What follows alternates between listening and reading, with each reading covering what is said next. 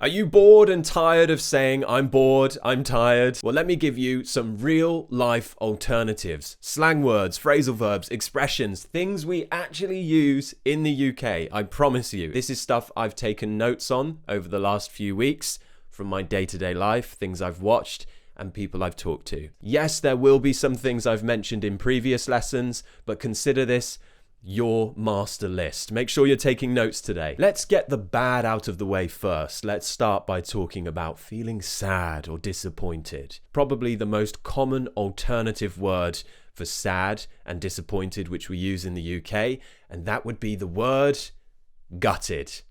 I have talked about this before. It simply means sad or disappointed. You might also say that you're feeling a bit down. So you're not up here, you're not really happy, you're a bit down, you're not feeling great. Maybe you're not feeling yourself today. You've woken up this morning and you just don't feel like yourself. I'm not feeling myself. It just means you don't feel like you today. Another great one I've heard somebody use recently was that they felt deflated. Imagine you're a balloon, you're full of air, okay, you've been inflated, and now you're deflated. It's gone down, there's no air, so your body feels empty. This again can reference your low mood. Sometimes somebody might say, "Oh, I'm okay. I've had a bit of a cry and I feel better." So instead of saying, "I cried," they'll say, "I've had a bit of a cry." And it's just to kind of not make it sound as extreme, like you would, like really, really cry. It's just more toning down how extreme your crying is. So we've done sad, why don't we do happy or maybe even excited? If I'm really excited about something, if I'm with one of my friends, I'll probably say I'm buzzing. I'm buzzing. It means I'm happy and excited about this thing that's going to happen or something that has happened. I'm absolutely buzzing. There's an idiomatic expression where we would say we're over the moon. I've talked about this one before. It's just a way of saying you're so happy that you're flying over the moon. You're so high. In the north of England, you'll hear some people say, I'm dead happy. They tend to put the word dead before some things, which makes it sound more extreme. It's a bit like saying very. So I'm dead happy. If you're excited, you might also say that you're bouncing off the walls. We might often use this about kids. When kids are really, really super excited, they're bouncing off the walls. They're hyper. Hyper means to have loads of energy and you can't stop yourself from running around and going crazy. This is what happens when my son has chocolate, by the way. He's bouncing off the walls. Here's a good one. Angry. We have loads of expressions for this, but let me give you the most common ones that we use. Fuming. Oh, I'm fuming. Right? Really, really angry about something. You're fuming. Imagine fumes coming off of you because you're getting so hot and angry. Fuming. I'm livid. This is like the extreme of angry. This means you're really, really angry. I'm livid. Maybe someone has wound you up. Imagine a jack-in-a-box. One of those boxes with a clown inside of it, and you wind and wind and wind, and then eventually, pop, it comes out. If someone is winding you up, that means they're annoying you, and you're slowly getting angrier and angrier. And then eventually you could say, you've wound me up. You've annoyed me. You've made me angry. And if you get to that stage, and then you're livid, you're fuming, you're fully wound up, someone might say, whoa, he's lost the plot. If somebody's lost the plot, it means they've gone crazy. They are angry, they're going wild, maybe they're shouting and screaming, like those people they call Karens, right? These ladies who get really angry and ask to speak to the manager all of the time. Yeah, sometimes they lose the plot. But to be honest, I think they kind of wind themselves up, right? Let's talk about teenagers, because something I would say that's used a lot with teenagers is the word stroppy. If you have been or are a teenager right now, you've probably had a good strop, right? To have a strop or to throw a strop is to basically have one of those really grumpy, angry moments. You hate your parents. Oh, just leave me alone. That's having a strop, or to be stroppy. Or you might say that they've gone off on one. Oh, he's gone off on one. He's become really angry and he's complaining. Oh, he's gone off on one. He's complaining again. And one more. This one you probably hear more when it turns into fighting.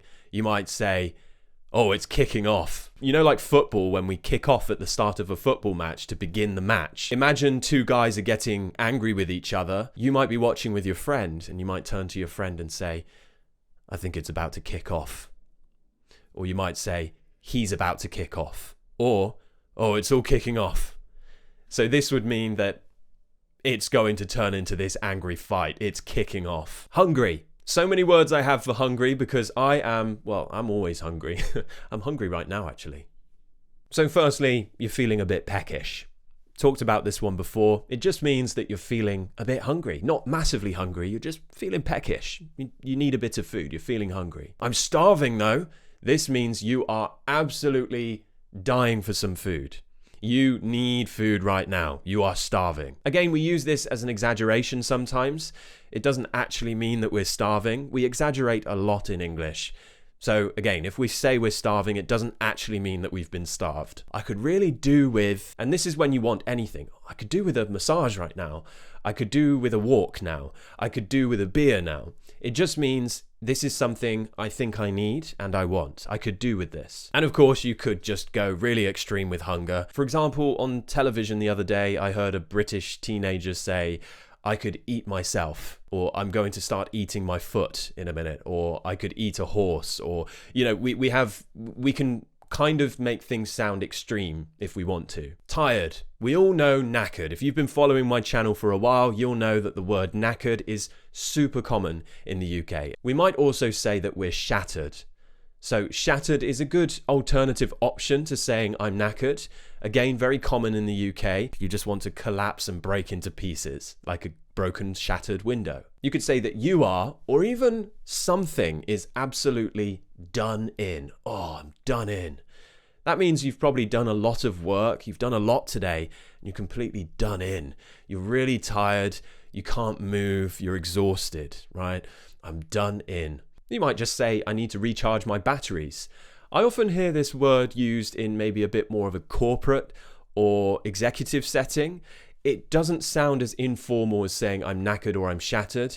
You might just say, I think I need a break. I just need to recharge my batteries. So this would be a bit more of a formal option. Some people say I'm bored stiff, which just means I'm bored. I'm so bored that I just can't move. I'm stiff. But I think we tend to more describe the situation that's boring. So, for example, I might say, I've just been sat here twiddling my thumbs for a while, just like playing with my thumbs. Like, you know, it's a bit, we tend to use a bit more of our imagination when we talk about feeling bored. I've been staring at the walls for hours.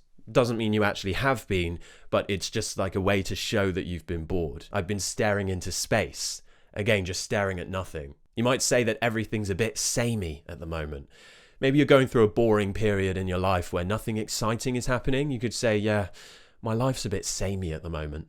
It's just like everything's the same.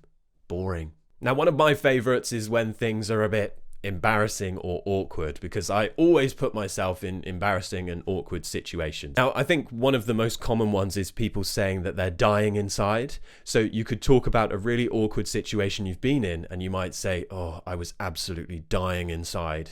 Like, I was so awkward, I was dying on the inside of my body. I was dying inside. And of course, we all know the word cringe.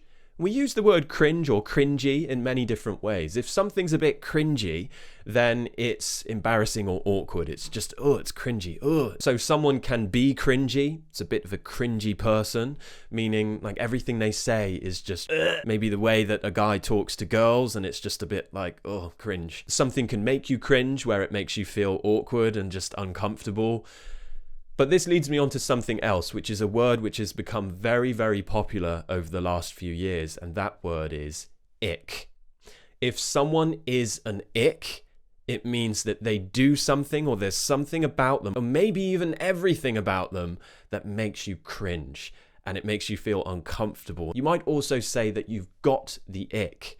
This might be when you started dating someone, and you find them attractive, you were getting on at the beginning, but now they've done something, they've said something, maybe it's political views, maybe they pick their nose, or they get bits of food in between their teeth, or they spit their food every time they talk, but it's given you the ick. So now you've got the ick. This word is so common now because everybody gets the ick. There's always something that somebody does which can give you the ick.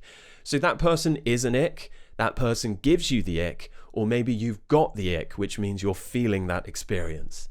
This is a really good one to remember for modern English. If you're one of those people whose cheeks go red and you get embarrassed, I was as red as a beetroot, right? Your cheeks went as red as a beetroot. Now, if you're chilling, you're relaxing, you're having a lazy, chilled out day, chilled vibes, then there are a few expressions you can use. I am a self-proclaimed king of chill. I love to chill. So what else can I say instead of I'm feeling relaxed or I'm feeling chilled? I'm taking it easy today, which just means I'm relaxing. I'm not doing much. I'm just taking it easy. Nothing hard today. I sometimes say this when I say goodbye to people as well. I'll say, oh yeah, cheers, take it easy. And that's just like saying, have a relaxed day. I might say, I'm just having a quiet one. A quiet one means a quiet day. When we say one, we tend to refer to the word day. You might tell someone, have a good one, which means have a good day. I say this to Amazon when they come and deliver stuff, and when they say bye, I'll say, cheers, have a good one. It's casual, it's relaxed, it's cool. Maybe you want to put your feet up today. It just means to sit down and relax, feet up, watch Netflix. In my case, watch wrestling. And sometimes you get into that really, really relaxed state where you zone out. And that's it. Now, if you would like to work with me on your pronunciation, which is my job, I'm a pronunciation coach, I have a pronunciation course which you can join, etjenglish.com, and it includes full-time Monday to Friday WhatsApp support, where you can send me voice messages, questions, anything you want, and I will respond, support you, and guide you throughout the whole journey. I'm also now offering corporate and executive coaching. If you work in a global business environment and you would like me to come and work with you and your team, then please check out the link in the description. Thank you very much for watching. See you all next time. Cheers, guys. Bye.